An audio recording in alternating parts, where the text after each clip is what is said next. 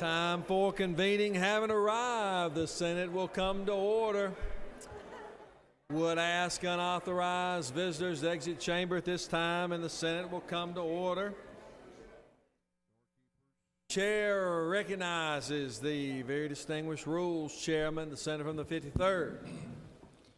Thank you. Mr. President, the journal's been read and found to be correct on this beautiful third legislative day. So, thank you. Well, very good. Thank you, Senator, for your good works on the journal. Is there objection dispensing with the reading of the journal? The reading of the journal is dispensed with. Is there objection to the confirmation of the journal? Chair hears none. The journal is confirmed. All senators having bills and resolutions to introduce, please bring them to the Secretary's desk at this time. First reading in reference of Senate bills and resolutions. Proposed Senate first readers. Senate Bill 281 by Senator Hill, the 32nd. A bill to be entitled an act to amend Part 1 of Article 1 of Chapter 18 of Title 55. Insurance. Senate Bill 285 by Senator Albert of the 56th and others. A bill to be entitled an act to amend Code Section 10139. Judiciary. Senate Bill 286 by Senator Murphy of the 27th and others. A bill to be entitled an act to amend Title 3 of the OCGA relating to alcoholic beverages. Regulated industries. Senate Bill 287 by Senator C of the 34th and others. A bill to be entitled an act to amend Finance. Senate Bill 288 by Senators Bethel of the 54th and others. A bill to be entitled an act to amend Part 14 of Article 6 of Chapter 2 of Title 20 of the OCGA. Education and Youth. Senate Bill 289 by Senator McCoon of the 29th. A bill to be entitled an act to amend Article 3. Education Committee. Senate Resolution 740 by Senator James of the 35th and others. Read and adopt. That completes the order, Mr. President. Hold on. I'm sorry. That was SR 740. Yes, will sir. be transportation.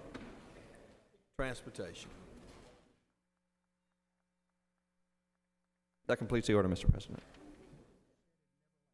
Clerk will read reports of standing committees. Mr. President, the Senate Rules Committee has had under consideration the following legislation and has instructed me to report the same back to the Senate with the following recommendation. The Senate Resolution 738 do not pass. Respectfully submitted, Senator Mullis of the 53rd District Chairman. That completes the order, Mr. President. There you go. Very good. It is now time for the morning roll call. Motions to excuse. Chair recognizes the distinguished senator from the 56th. Thank you, Mr. President. I ask unanimous consent to excuse the senator from the 40th.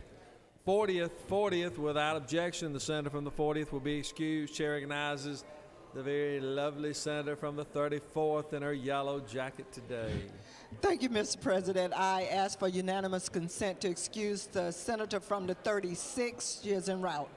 36, without objection, the senator from the 36th will be excused. Are there any other motions to excuse? Chair recognizes Senator from the 54th, the gentleman from Dalton. Thank you, Mr. President. I ask unanimous consent to excuse the senator from the 51st for business outside the chamber. 51st, without objection, senator from the 51st will be excused. Are there any other motions? Chair recognizes Senator from the 11th. Request unanimous consent to excuse the senator from the 8th, Mr. President. Without objection, the senator from the 8th will be excused. Are there any other motions? Senators, please signify your presence by voting the yay switch. Secretary will unlock the machine.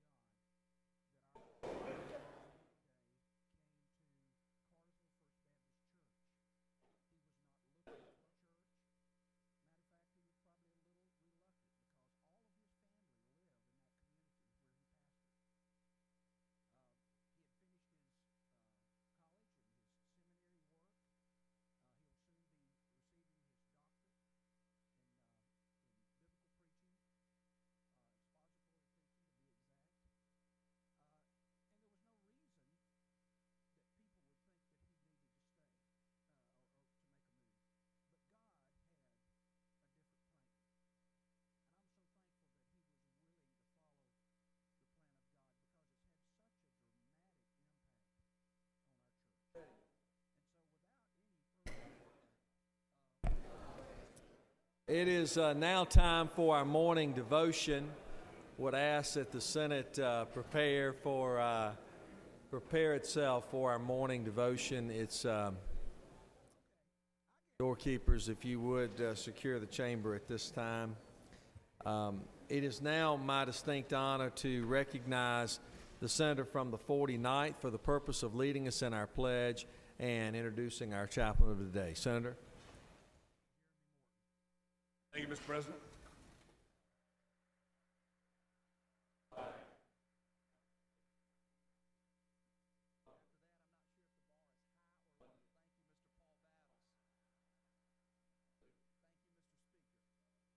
Georgia pledge.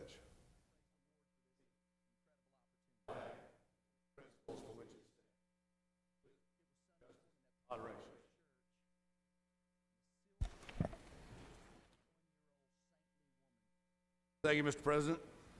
It gives me great pleasure to introduce our chaplain of the day. And he is a great friend of mine and a great friend of our community in Hall County.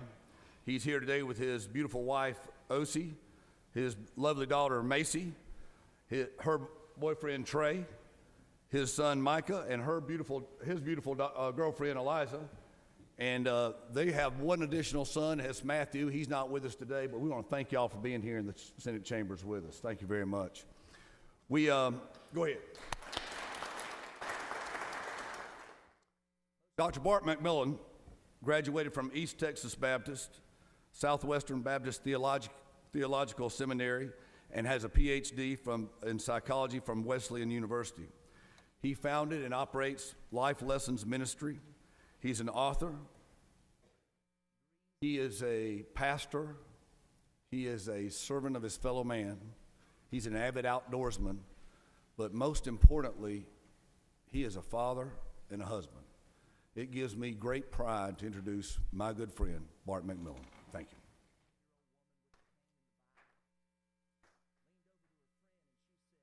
you. Mr. President, Senator Miller, distinguished ladies and gentlemen of the Senate, it is a privilege to be with you today. I want to share with you an experience I had several years back as a part of my devotion this morning. I had the honor of going sailing for the first time with a friend. He invited me, and since I had grown up on the bayous and the waters in Louisiana, I loved the waters, and he said, "Bart, have you ever sailed before?" And I said, "No." He said, "Listen, I want you to come sailing with me. Now, when I call you and I ask you to meet me at the boat dock, don't hesitate.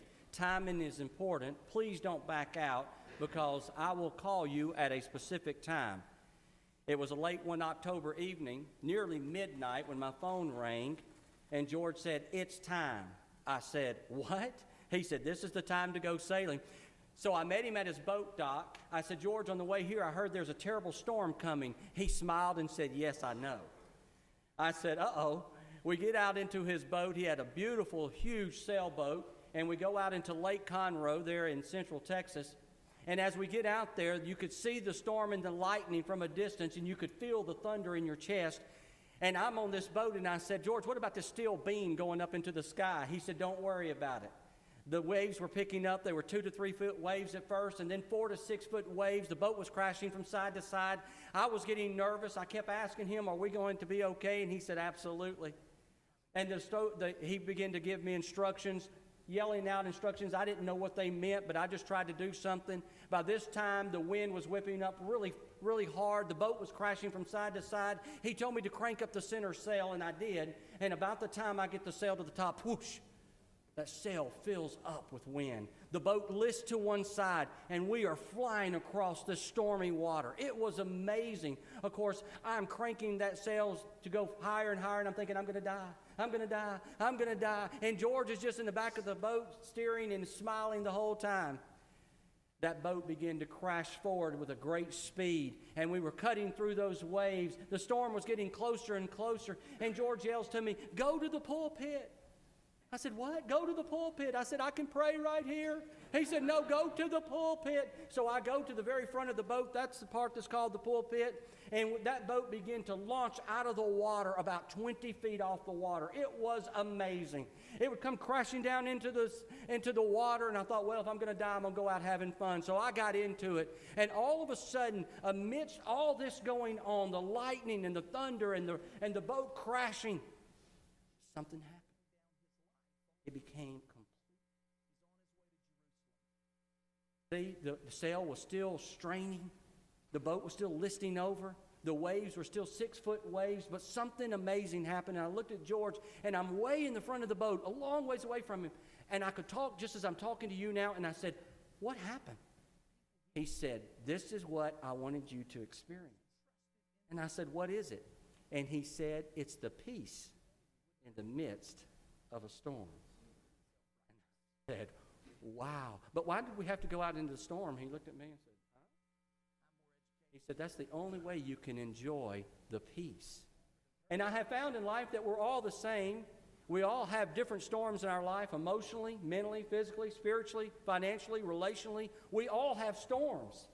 But in those storms, there's a place called peace. You see, the scripture says it this way. It's found in Philippians chapter 4, verse 6. It says, don't be anxious about anything, but in everything through prayer and supplication, let your requests be made known to God, and let the peace of God guard your hearts and transform your lives. That transcends all understanding.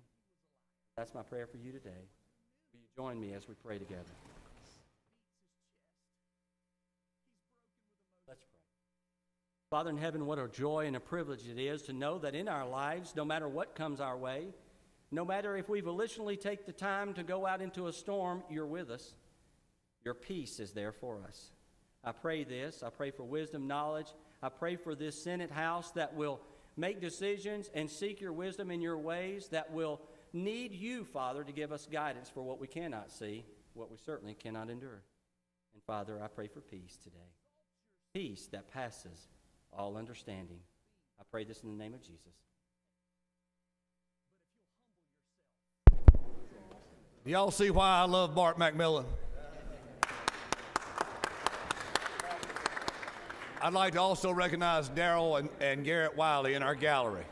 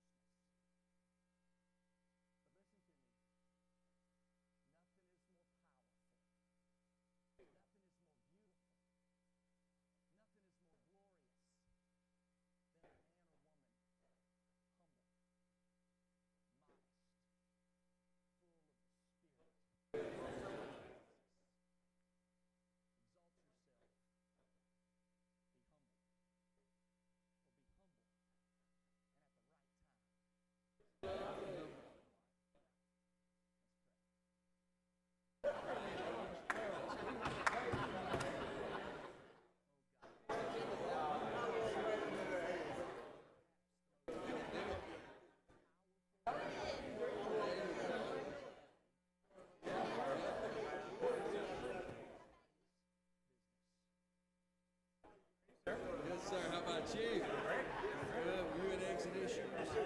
Briefly. Got stuck in all 400 traffic on the way down.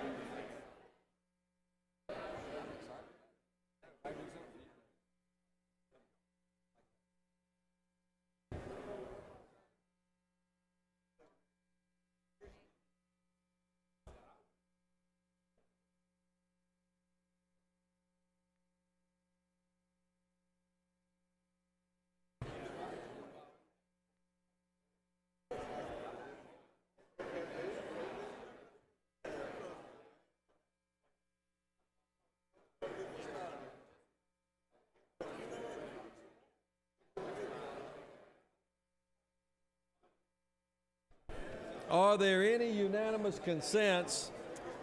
Does any senator wish to, or excuse me, I'm sorry.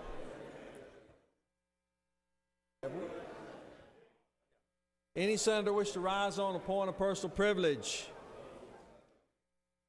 Chair recognizes senator from the 45th.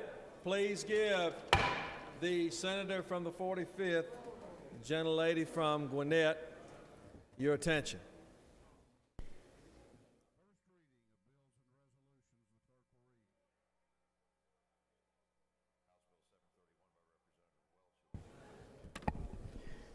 Thank you very much, Governor. I appreciate the opportunity to come before for a point of personal privilege. And it is my honor and privilege to come before the Senate today and talk about something that has occurred during the interim. As y'all know, the Health and Human Services Committee in the Senate has done a phenomenal job traveling the state of Georgia during the interim.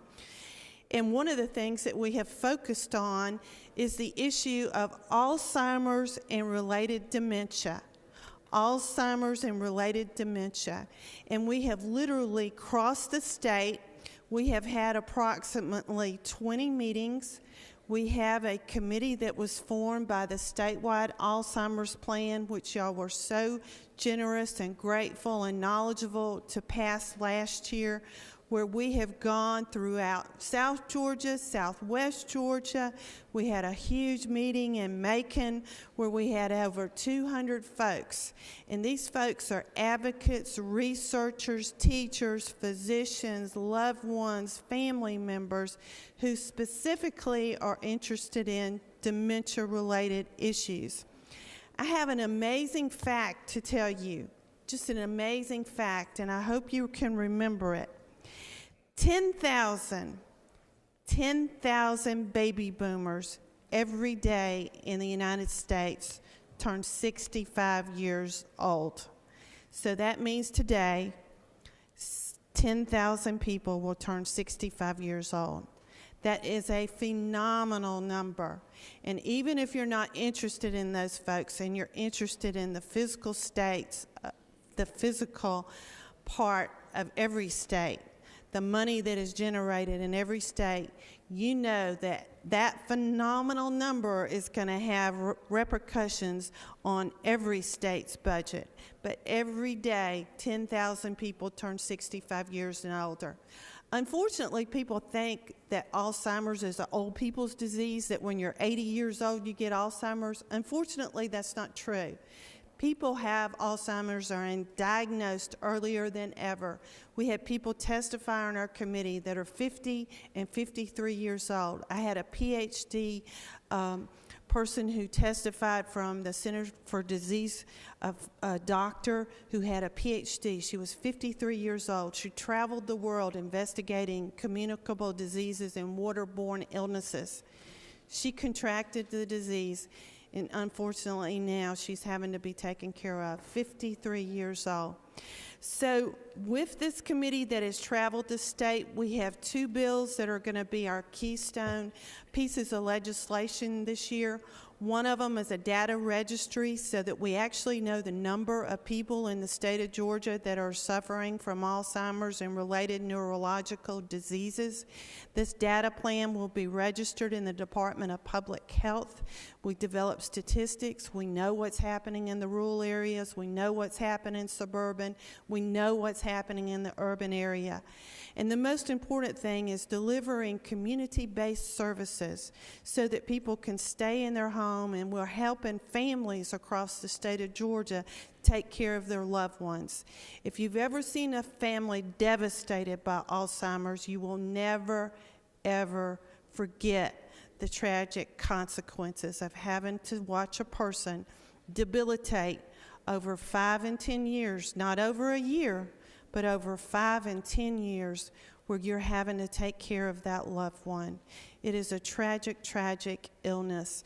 So I encourage you, most of the members of the Senate have already signed these bills. If you would like to sign these bills, the other bill is dealing with the Department of Aging. Fortunately, Congress passed an omnibus bill that directly has an impact on Alzheimer's and federal dollars that would be flowing to the state of Georgia. So I would encourage you to get involved. We have wonderful advocates here. I know y'all interface and work with them, and I encourage you to do so, and thank you very much. Time has expired. Chair recognizes Senator from the 31st for, nope. Senator from the 26th wish to be recognized. You're recognized for a point of personal privilege. Remember the time limit on personal privilege.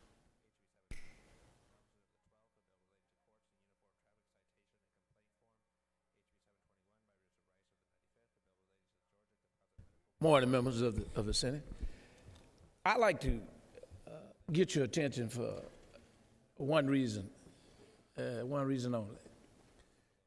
I've been used for 37 years of representing the urban community. Never represented a rural area. What I've found in rural Georgia is there's no health care. They've had hospitals that closed because they did not have the what we call the financing to keep them open. I think we've had them closed in Calhoun County down in South Georgia. And they're going to close in many parts of Georgia. I think we as elected officials need to make up our mind that we are not a third world country. Now, how do we do it? I don't know. I would guess I would go to legislative council, but I know Alabama changed their CON law. And reading it, I didn't too much care for it because it only made where the big boys could go in rural communities to provide ERs. You know, Texas has a ER without a CON. I don't want to get into conflict with the Georgia Hospital Association for fear of creating freestanding ERs, which would only go to metropolitan areas where they feel they can make the money. But we've got to do something about rural Georgia because it means economic development. Think about being an employer and say you want to put a pallet manufacturing company in Hancock County. And the only thing they have is a FQC that's closed on holidays and closed at 5 o'clock on Fridays. You're running it, you use saws and nails, and something happens to an employee. Who's going to see about it? Which means that employer has a liability. He's got to look at his workman's comp as far as going to that community because you don't have any health care. So what I'm asking us to do is somehow find a way to tweak our law where we can help rural communities with health care. In Hancock County, 39% of the folks who have heart attack or stroke die. That is pathetic. And somehow we've got to fix it.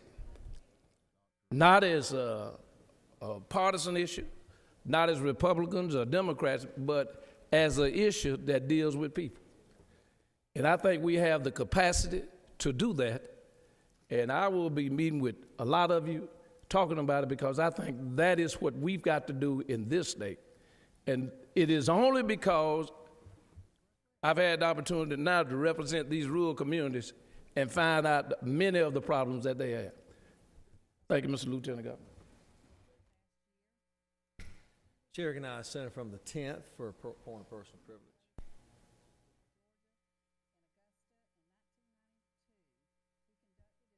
Thank you, Mr. President and members of this great body. I am the chair of the Martin Luther King Jr. Advisory Council, and you may recall that this body passed legislation 3 years ago creating the ML King Council, and this council was signed into law over at the Ebenezer Center by Governor Nathan Deal. I am here today to recognize the birthday of the greatest civil rights ambassador Georgia has ever had, the Reverend Dr. Martin Luther King Jr. Today is his actual birthday, his 85th birthday. This body and the Emma King Council will be celebrating Dr. King's birthday on Friday down on the second floor, an event commemorating the birth of Dr. King. It's an event that we've held in this chamber for well over 2 decades. And I would like to personally invite each and every member of this body to come and join us on Friday on the second floor, an event presided over by the governor and the King family, so that we can honor Georgia's greatest ambassador for peace. I'm reminded by my good friend and my colleague from the 35th that one of the greatest sayings of Dr. King was that everybody can be great because anybody can serve. And I love that quote, and she loved the quote as much as I do, and it talks about really the heart of Georgians for service. And it didn't say you had to be a state senator to serve or serve in the House of Representatives. It said anybody can be great because we all can serve. I would also like to take this time to thank this body for the passage of Senate Bill 172 that came out of this chamber 50-0 last year. Thank you for the bipartisan support. That legislation creates the opportunity of a civil rights museum inside this Capitol or some recognition outside the Capitol as well. And as chair of the council, this is an activity that I've been working on diligently for the past 9 months, and thus far we've raised about $20,000 toward this effort. And as a surprise, let me just add that members of the leadership here at this General Assembly will be recognized, without calling any names, Lieutenant Governor, at our event on Friday, and please come out and support our celebration here at the Capitol in honor of Georgia's greatest ambassador for peace, the Reverend Dr. Martin Luther King Jr., and happy birthday, Dr. King. Chair recognizes the Senator from the 47th on a point of personal privilege. Please give the Senator.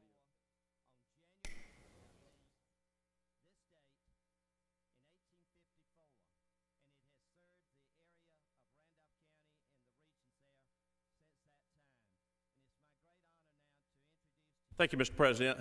Said it's not often I come down to the well, and one of the things that I'm a fairly good student, but I'm not sure that my brother's done a good job of educating me. One of the things I wanted to do was ask my colleagues in the Senate if we could recognize our majority leader and some of his students that are here today from the Lighthouse School down in Peachtree City, Georgia, and their teacher, my older, much older brother, Charles Ginn, that's in the gallery, and if I could, I'd ask our colleagues to give them a round of applause.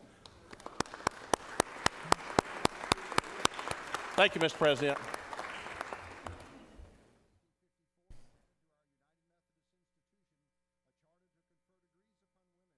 Chair recognizes Senator from the 4th to make a budget announcement.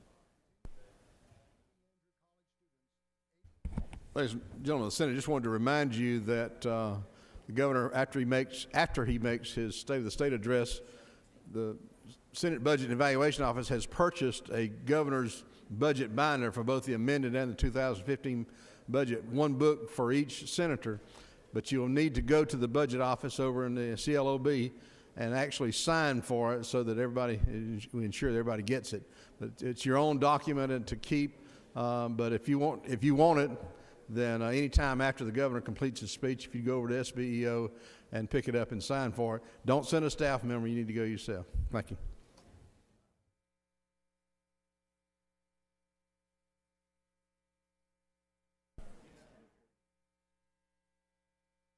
All right, it's 10:45, and we have 4 resolutions, and the Secretary will read.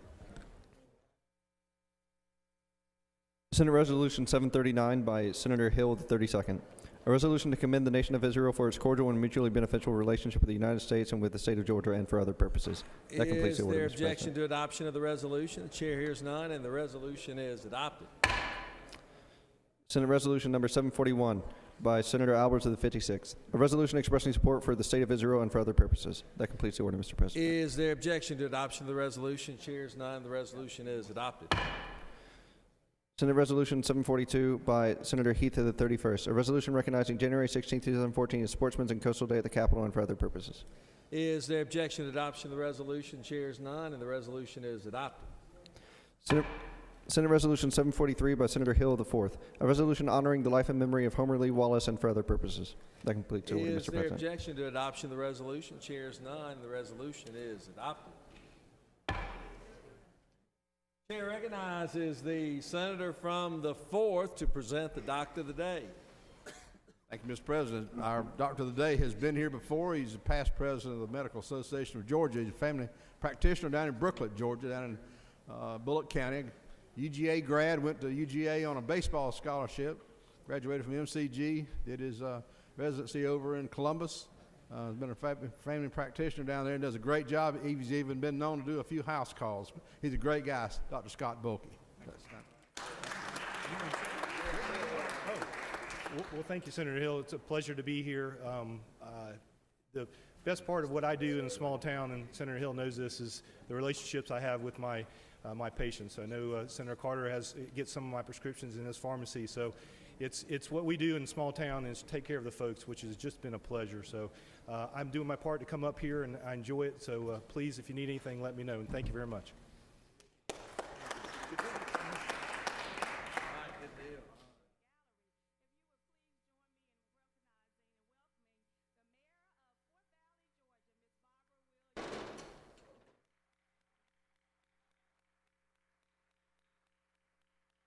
Chair recognizes the senator from the 16th, Majority Leader. Thank you, Mr. President. I move that upon dissolution of the joint session of the Senate stand adjourned until 10 a.m.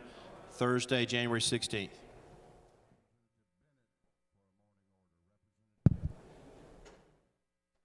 Read the announcements. Joint appropriation session from 1 p.m. to 6 p.m. and 3:41 in the cap. That completes the order, Mr. President. Those are the announcements. Any other announcements? Escort committee should proceed to the governor's office. Those members have been announced, and you should all know who you are.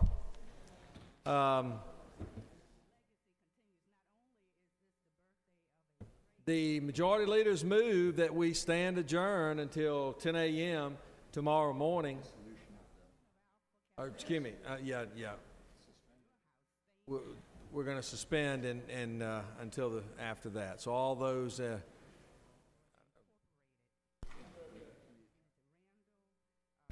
we'll adjourn after the joint session. All those in favor will say aye.